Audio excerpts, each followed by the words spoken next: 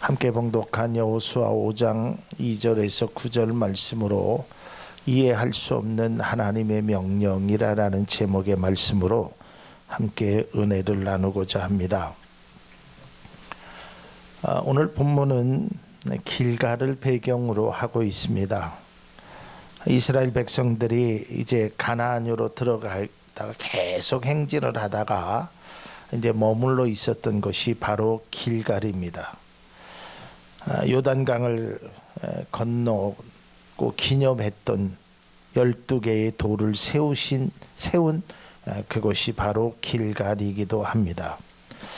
자, 이제 앞에는 여리고성이라는 이제 그들이 꼭 넘어야 될, 반드시 그것을 지나가야 젖과 꿀이 흐르는 가나안 땅에 들어갈 수 있습니다. 그러나 알다시피 이 여리고성은 12명의 정탐꾼을 보냈을 때 10명이 와서 이야기를 했듯이 아주 그 성은 견고한 성이었습니다. 그들은 철을 무기로 갖고 있었습니다. 그래서 쉽게 공략하기가 어려운 성이었습니다. 그런데 그 앞에서 이스라엘 백성들이 이제 그 앞으로 진격해야 되는데 하나님께서 여호수아에게 이렇게 말씀하는 겁니다. 야, 이스라엘 백성 여기에 남자들은 할례를 받지 못하였으니까 할례를 행해라 라는 겁니다. 여러분, 우리가 잘 알다시피 이스라엘 백성들은 낳은 지 8일 만에 할례를 받지 않습니까? 그런데 그들은 이스라엘 백성 중에도 불구하고 광야에서 태어난 남자들을 의미하는 겁니다. 그러니까 그들은 태어난 지 8일 만에 할례를 받지 못했습니다. 그런데 하나님께서 이 길갈이라는 곳에서 할례를 받으라고 하는 것입니다. 여러분, 이스라엘 백성들이 여리고성을 앞에다 두고 그들의 마음이 참 무거웠을 겁니다. 우리가 저곳을 과연 정복할 수 있을까? 빨리 저곳을 정복해서 젖과 꿀이 흐르는 가나안 땅으로 들어가야겠다라는 여러 가지 복잡한 심정의 마음이 그들에게 있었을 것입니다. 그런데 하나님께서 뜬금없이 이스라엘 백성들에게 이렇게 말하는 것입니다. 5장 2절을 다시 한번 보면 그때 여호와께서 여호수아에게 이르시되 너는 부싯돌로 칼을 만들어 이스라엘 자손들에게 다시 할례를 행하라 하시매. 아니, 지금이 전쟁 중입니다. 그저 평안한 때가 아닙니다. 앞에는 적군이 있습니다. 여러분, 이러한 위급한 중에 할례를 행하라니요, 이게 사실은 참 받아들이기 힘든 하나님의 명령입니다. 이해할 수 없는 하나님의 명령일 수도 있습니다. 아니 지금 어떻게 할례를 행합니까? 우리가 적어도 가나안 땅은 들어가야, 적군은 좀 없어야 우리가 할례를 받아야 되지 않겠습니까? 라고 얼마든지 반문할 수 있을 겁니다. 또한 전쟁이라는 것을 할 때 시간도 부족하고 여러 가지 힘든 여건이고 언제 적군이 쳐들어올지도 모르는 그 와중에서 모든 남자들에게 할례를 행하라 하심은 도대체가 쉽게 이해가 되지 않을 것입니다. 아무리 하나님의 명령이라고 하지만, 하나님의 말씀이라고 하지만 쉽게 받아들이기가 어려울 것입니다. 제가 지난 금요일 날 예레미야에게 말씀하신 그 하나님의 명령을 우리가 그런 말씀으로 함께 은혜를 나누지 않았습니까? 아니, 분명히 이스라엘 땅은 멸망해서 바벨론에 의해서 패망하는데 하나님이 그 땅의 일부를 살아라는 것입니다. 아니, 분명히 빼앗길 땅인데 하나님은 왜 사라고 했을까? 은 17세계래. 이해 안 되죠. 여러분, 다 알다시피 할례를 받으면 남자들이 며칠간은 움직이지 못합니다. 움직인다고 하더라도 굉장히 부자연스럽고 싸움을 할 수 있는 상황이 아닙니다. 그렇기 때문에 전쟁이 끝나고 나서 적어도 여리고성은 정복하고 나서 할례를 받아도 되는 것이 아닙니까? 꼭 굳이 이 시간에 지금 이 상황에서 이것을 하라는 것이 하나님 이해가 되지 않습니다라고 얼마든지 질문할 수 있을 겁니다.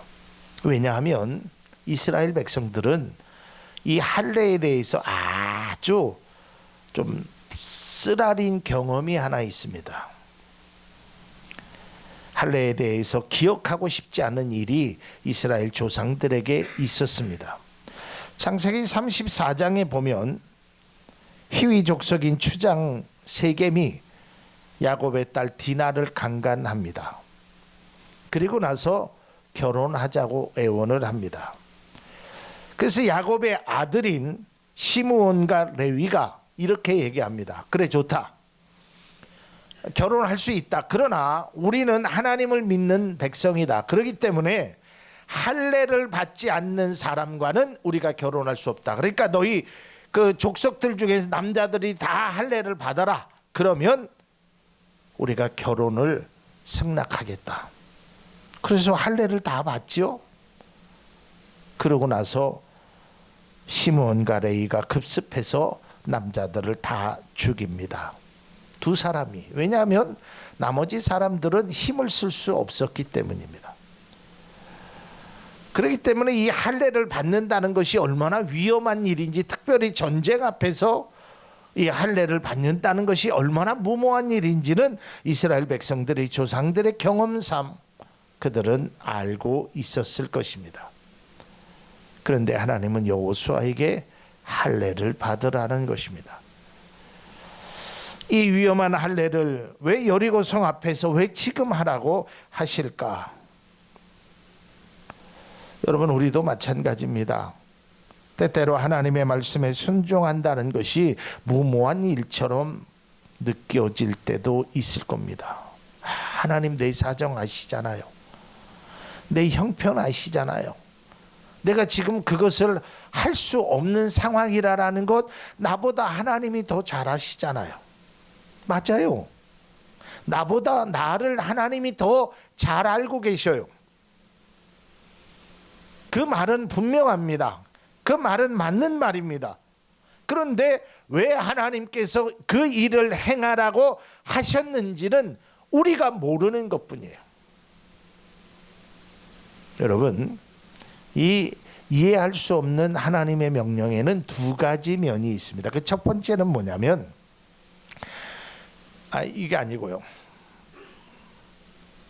하나님의 진짜 깊은 뜻을 우리가 몰랐을 때, 그때는 순종하기가 좀 쉽습니다. 근데 이게 무슨 말이냐면, 하나님께서 아브라함에게 나타나셔서 75세에 내가 너에게 아들을 주겠다라고 말씀하시잖아요. 네 자손이 번성하게. 하나님의 말씀이지만 이게 뭐 도저히 뭐 인간의 생각으로는, 인간의 방법으로는, 인간의 경험으로는 상상할 수 없는 일에, 이럴 때는 대부분이 좀 순종합니다. 그런 일에는 순종할 수 있어요. 왜냐하면 내 힘으로 할 수 없기 때문에, 내 방법이 없기 때문에 하나님께서 어떤 방법을 쓰시겠지. 그런데 두 번째는 그것이 이해가 안 될 때가 있어요. 이건 뭐냐면, 내 힘으로 분명히 할 수 있는데 지금 내가 생각하기에는 그 일을 먼저 하는 것이 아닌데, 내가 지금 생각하기에는 이것을 행하는 것이 맞는데, 이럴 때는 참 하나님의 명령을 순종하기가 어렵다는 거예요. 이 두 가지의 하나님의 명령이 우리에게 때로는 임합니다. 그러니까 뭐 전혀 내가 어떠한 느낌적으로나 감성적으로나 경험적으로나 내가 전혀 할 수 없는 것, 이건 하나님의 말씀이라면 그냥 순종하고 따라가요. 그런데 내가 할 수 있는 일, 지금 전쟁을 앞둔 상황 속에서 할례를 한다라는 것이 얼마나 무모하고 위험한 일인가를 내가 알게 되면 이건 순종하기가 참 어렵습니다. 그래서 저는 이 여호수아가 오늘 이 말씀에 순종했다라는 것이 참 대단한 것 같아요. 내가 할 수 없는 일에는 우리가 순종합니다. 그러나 내가 할 수 있는 일에 어떤 가능성, 방법이 있을 때는 순종한다라는 것이 참 어렵습니다. 지금 나에게 행하시는 그 말씀이 내가 할 수 있는 일이건 내가 할 수 없는 일이건 간에 하나님의 말씀이라면 우리가 순종하는 것이 바람직한 그리스도인의 모습이 됩니다. 여러분, 순종하니까 이게 우리 그리스도인들이 가장 많이 들었던 말이 순종 아닙니까? 근데 이 순종을 너무 어렵게 생각하면 정말 순종하기가 어렵습니다. 순종을 쉽게 생각하면 그냥 따라가는 거예요. 따라하는 거예요.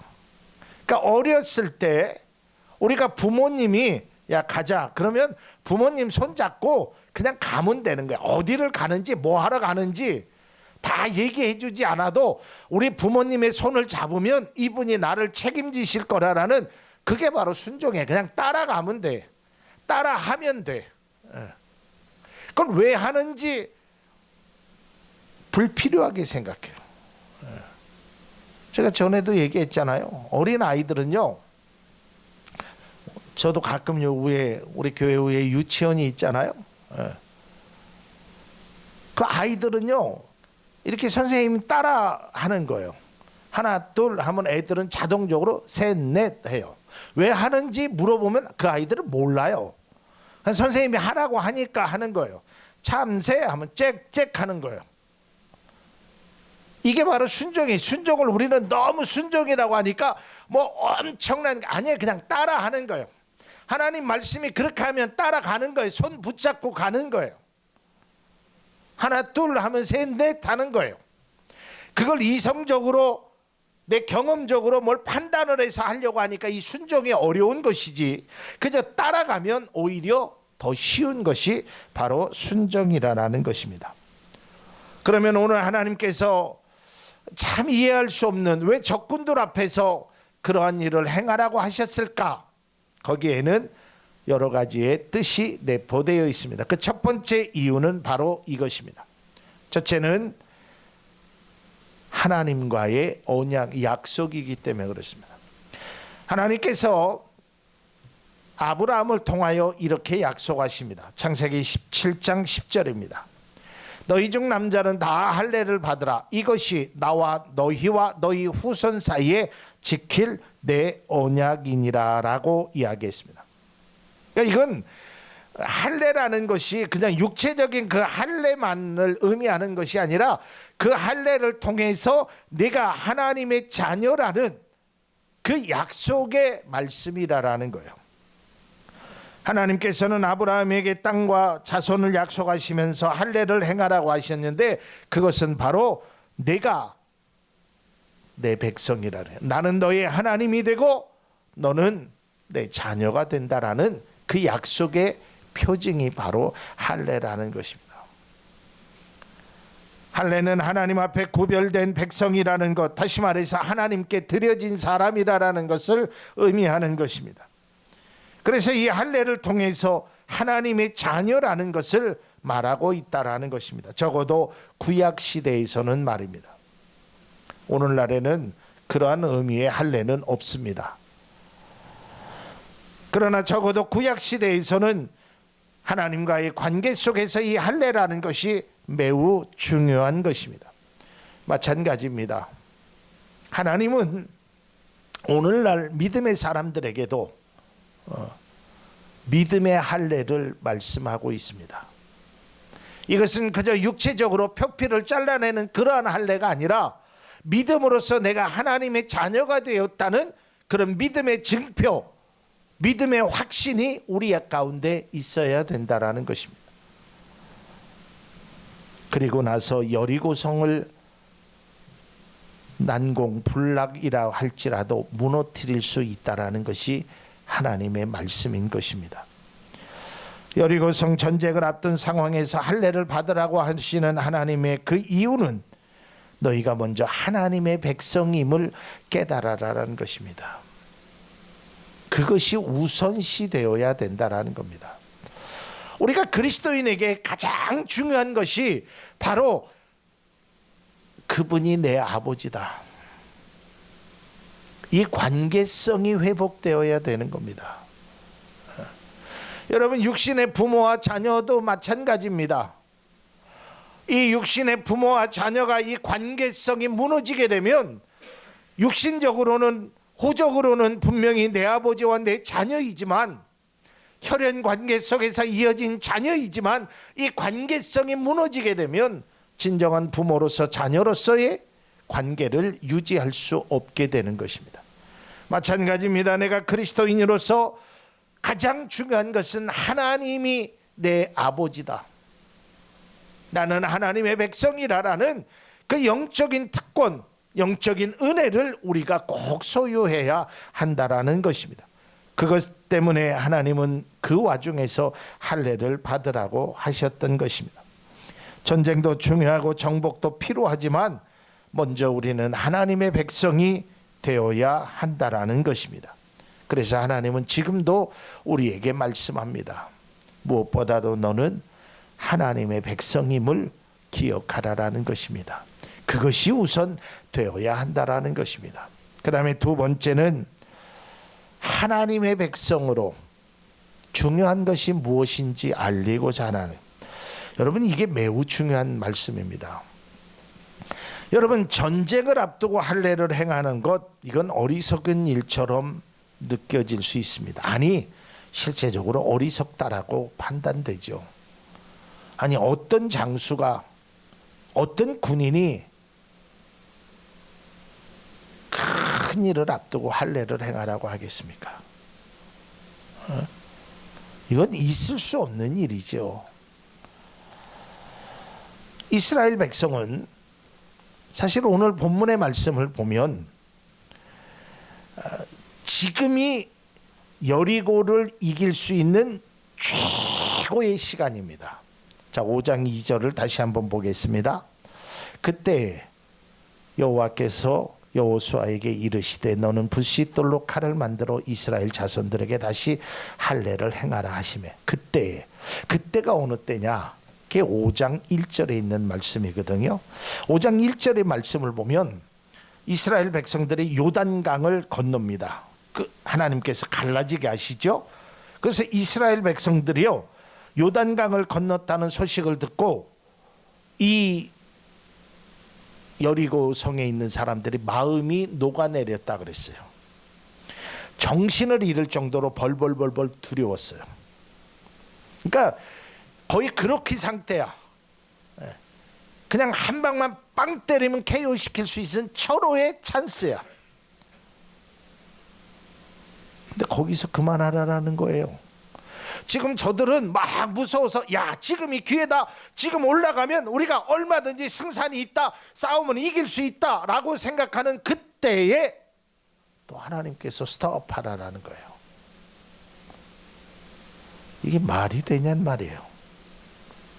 아니, 그렇지 않아도 이기기 힘든 싸움이었는데, 그렇지 않아도 난공불락의 성이었는데, 지금이 우리가 생각하기에는 최고의 기회인데, 5장 1절이 이렇게 말하고 있습니다. 요단 서쪽 아모리 사람의 모든 왕들과 해변의 가나안 사람의 모든 왕들이 여호와께서 요단물을 이스라엘 자손들 앞에서 말리시고 우리를 건너게 하셨음을 듣고 마음이 녹았고 이스라엘 자손 때문에 정신을 잃었더라.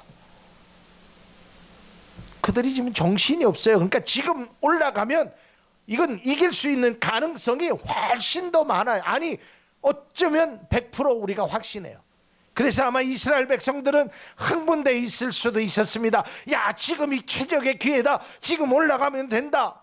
근데 그때 하나님이 스탑, 할례를 행하라는 거예요. 하나님도 너무하시지. 지금 기회가 얼마나 좋은 기회인데, 할례를 행하면 일주일은 꼼짝도 못하는데, 아니, 일주일 동안 저들이 재정비하면 우리가 전쟁이 어려워지는데 별의별 생각이 다 들을 것입니다. 이길 수 있는 기회가 왔음에도 불구하고 하나님은 그것을 멈추고 할례를 행하라는 것입니다. 여기에 우리는 아주 중요한 믿음의 초점을 하나 맞추어야 합니다.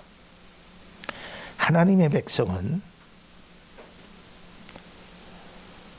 설령 기회를 놓치어서 그 놓친 기회가 실패를 한다고 하여도 하나님의 백성은 하나님의 말씀을 따라서 행하는 것이 우선되어야 합니다.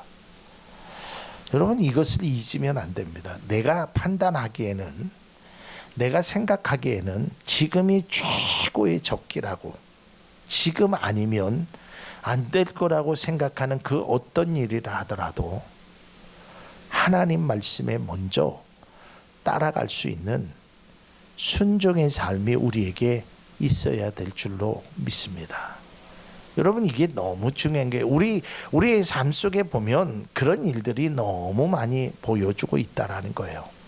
하필이면 이때에 할례를 행하라 하시라. 아니, 요단강이라도 건너기 전에 행하라고 하셨으면 그나마라도 이해가 되겠어요. 왜냐하면 요단강이라는 강을 앞에다 두고, 그런데 요단강을 건너고 나서 앞에는 여리고성이요, 뒤에는 요단강, 이제 그들이 쳐들어오면 꼼짝없이 죽을 수밖에 없는 절체절명의 위기 속에서 할례를 행하라는 거예요. 사람의 생각으로는 지금 오늘 바로 그때가 적기라고, 가장 좋은 기회라고 생각할 수 있을 것입니다. 그러나 하나님의 생각은 그렇지 않았습니다.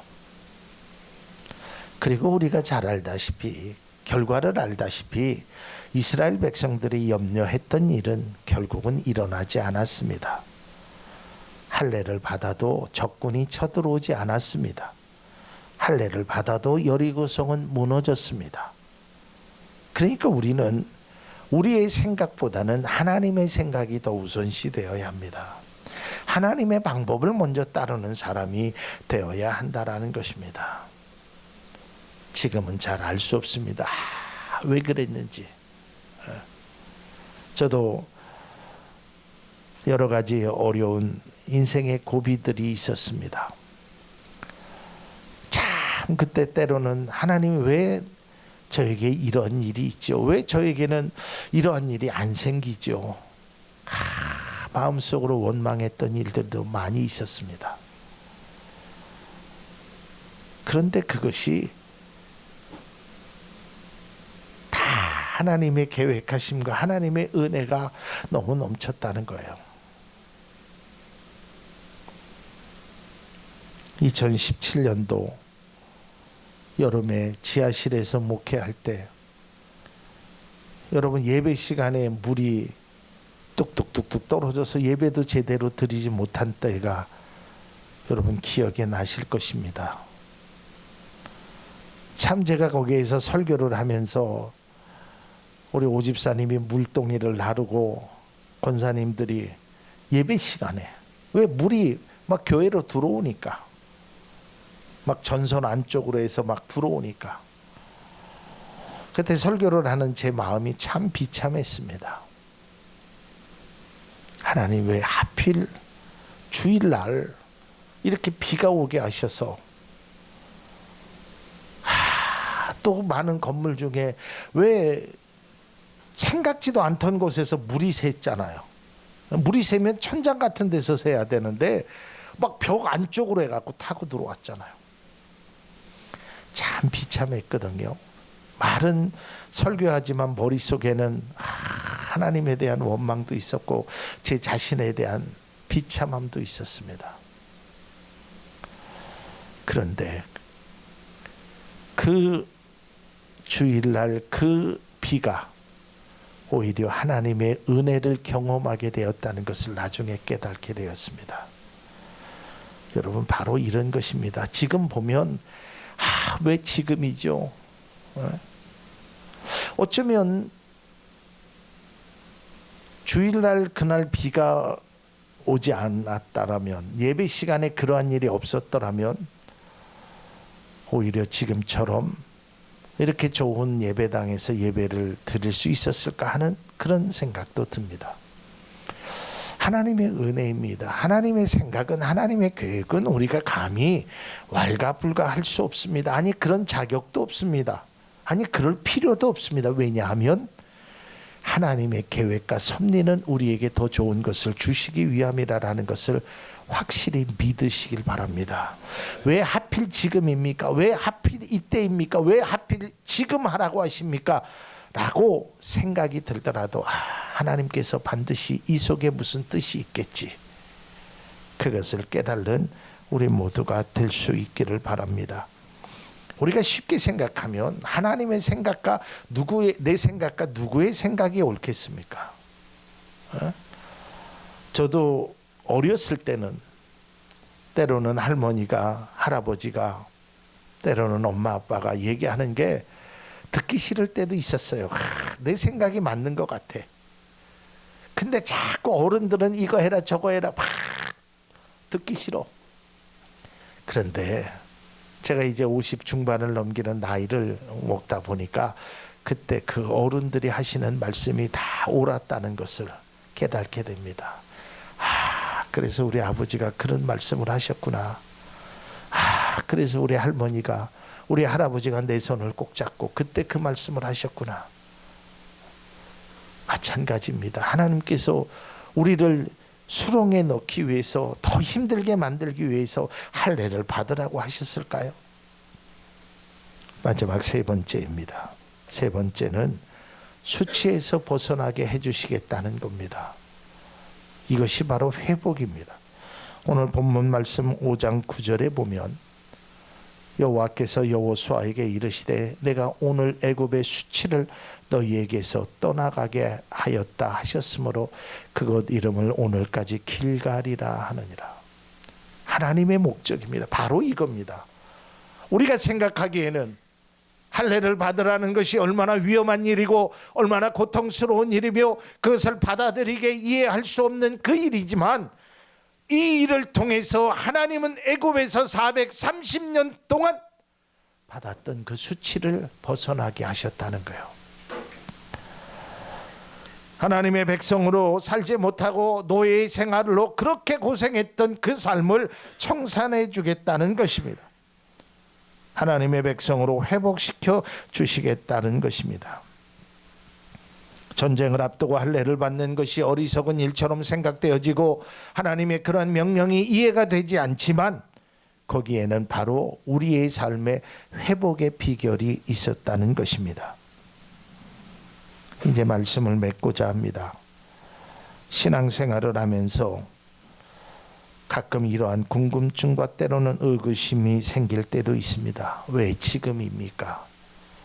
왜 해야 되죠? 제가 지금 그런 것을 할 수 있는 여지가 없습니다. 생각이 없습니다. 경제적인 능력도 없습니다. 정신적으로 너무 피곤합니다. 육체적으로 너무 힘듭니다. 내 사정 생각하고 내 입장 생각해서 그럴 때가 아닙니다 라고 반문할 때도 있을 것입니다. 그래서 하나님의 말씀을 거절하거나 외면하고 싶을 때도 있었을 겁니다.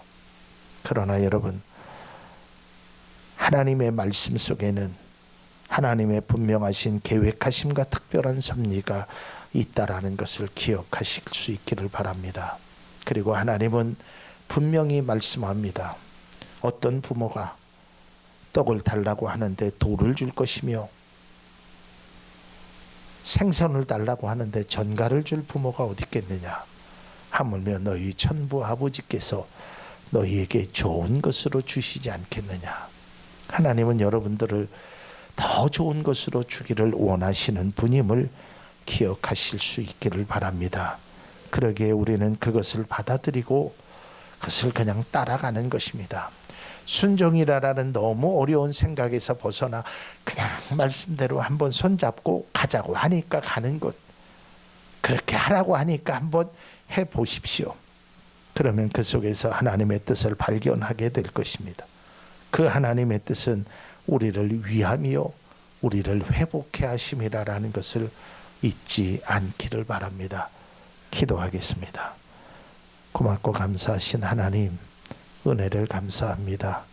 하나님께서 더 큰 은혜를 주시려고 이스라엘 백성들에게 할례를 행하라고 말씀하셨던 것을 우리가 말씀을 통하여 깨달았습니다. 하나님, 이제 우리가 진정 주님의 말씀에 따라갈 수 있는 복되는 종을 주셔서 우리에게 애굽의 수치를 벗어나게 한 것처럼 우리에게도 그러한 회복의 은총을 허락하여 주옵소서. 예수님 이름으로 기도하옵나이다. 아멘.